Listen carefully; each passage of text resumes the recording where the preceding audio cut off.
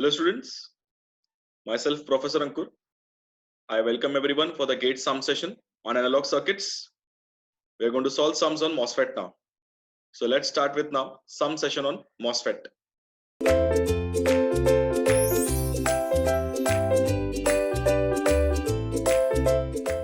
So let's take a question now.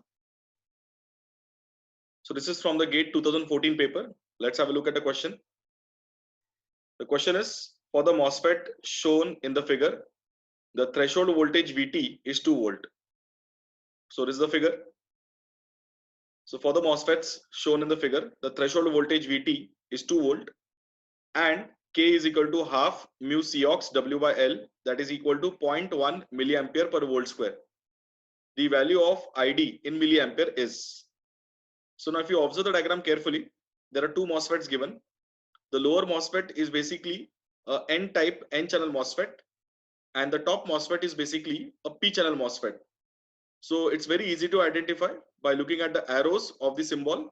So the lower MOSFET is NMOS and the top MOSFET is PMOS. The second thing we need to understand here, that since both the MOSFETs are connected such that the same current will flow through them, so the drain current for NMOS is going to be same as the drain current for the PMOS. So now what we need to focus is to use the equation for the drain current of MOSFET and solve and get the value of ID. So for that, let's go for the solution. So we are aware ID is equal to mu Cox W by L VGS minus VT the whole square, and the whole thing gets divided by 2. So this is the equation for drain current of a N-channel E-MOSFET. Now when you look at this equation carefully, a similar equation is available for the P-channel E-MOSFET. But now as we are aware, current for N-channel and current for P-channel is the same. So we are going to use any one of these equations and get a solution for the drain current. So as I've said, both the MOSFETs are having the same drain current. So we need to solve this equation. So half mu Cox W by L is going to have a value 0.1 milliampere per volt square. So we are putting half mu Cox W by L as 0.1 milli.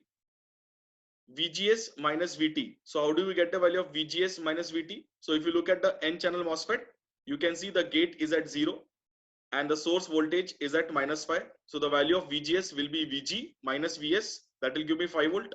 So the value of VGS for the N-channel MOSFET is going to be 5 volt. So I'm putting there the value as 5. VT value is given as 2. So it is 5 minus 2 and then whole square.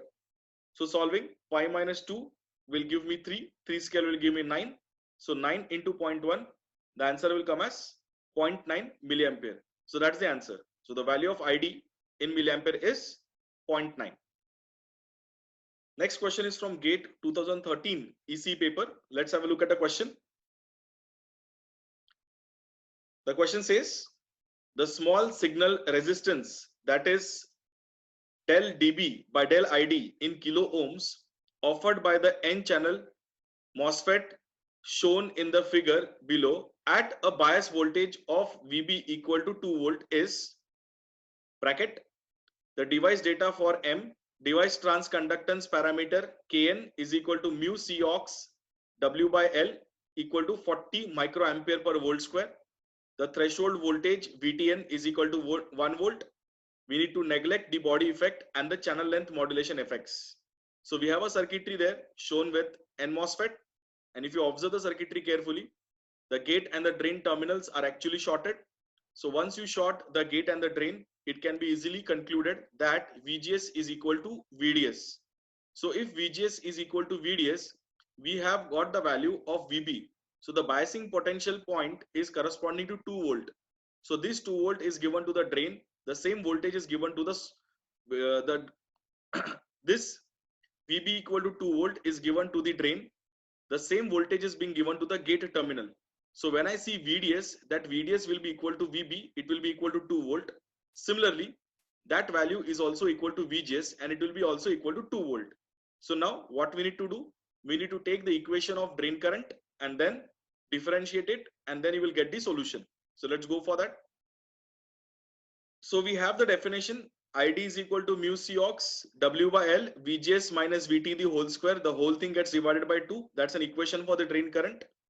So as we are aware, the value of VD is equal to VG is equal to VB. Hence we conclude that VDS is equal to VGS. Now substituting VGS is equal to VDS and then differentiating with respect to VDS. So del ID by del VB, we will end up at the value after differentiation as mu Cox W by L VGS minus VT. So substituting, you will get the value of del ID by del VB.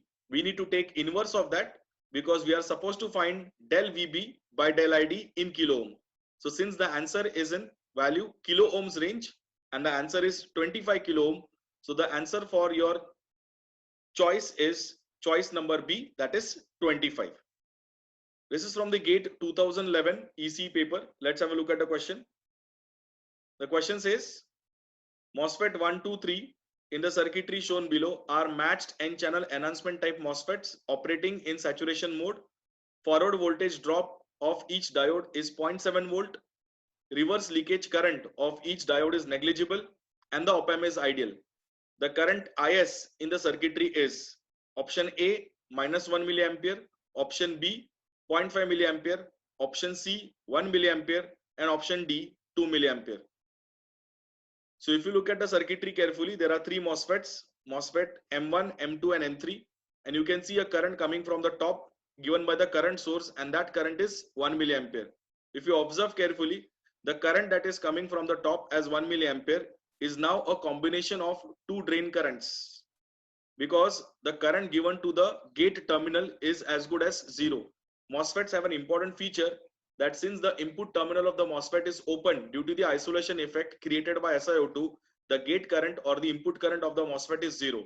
So whatever current is actually given by the current source will be a contribution, or you can say it will be actually effect of two drain currents simultaneously. So we are having MOSFET 1 with the drain current and MOSFET 2 with the drain current. So the 1 milliampere will be given equally to both of them. So when I observe that value, that 1 milliampere will come down and will split into two parts. So eventually it will give you for MOSFET 1 and MOSFET 2 equal contribution of 0.5 milliampere. Now, the second important point you need to understand here is MOSFET 2 and MOSFET 3 are actually a part of the current mirror circuitry.